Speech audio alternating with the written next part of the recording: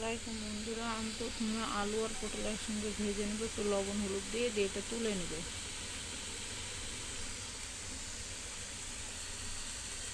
তারপরে একটু মাংস আছে, পা আছে, কামড়াতে একসঙ্গে আমি ভেজে নেবো, ওর সঙ্গে এটা দিয়ে দেবো।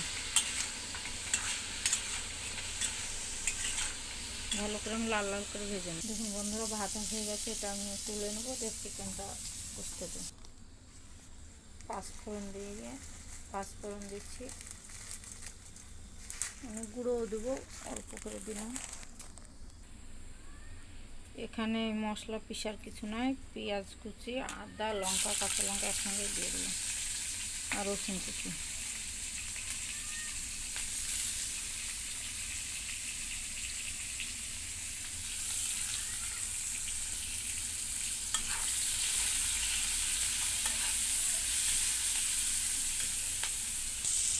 হলুদ কুচিটা, একটু লবণ,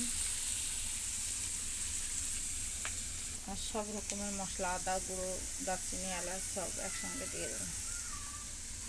আর একটু দিয়ে এটা ভালো করে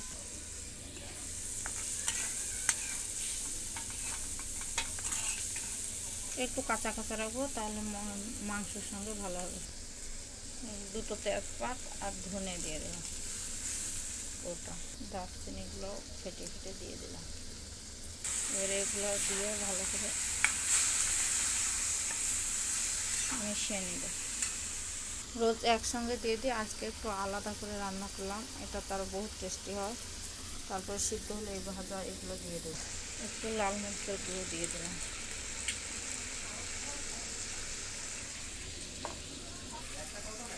একটু রাই শস্য বাটা দিয়ে দিলাম, ও আদা দেওয়া হয়, আদা কুচি দিয়ে দিলাম। দেখুন বন্ধুরা, লাল লাল করে ভাজা হয়েছে, জল না দিলে হবে, কিন্তু আমি দিব, কারণ সবজি একটু জল দিয়ে দিলাম। হয়ে গেছে, ওই জিরে ভাজা দিয়ে মাংসটা নামিয়ে নেব।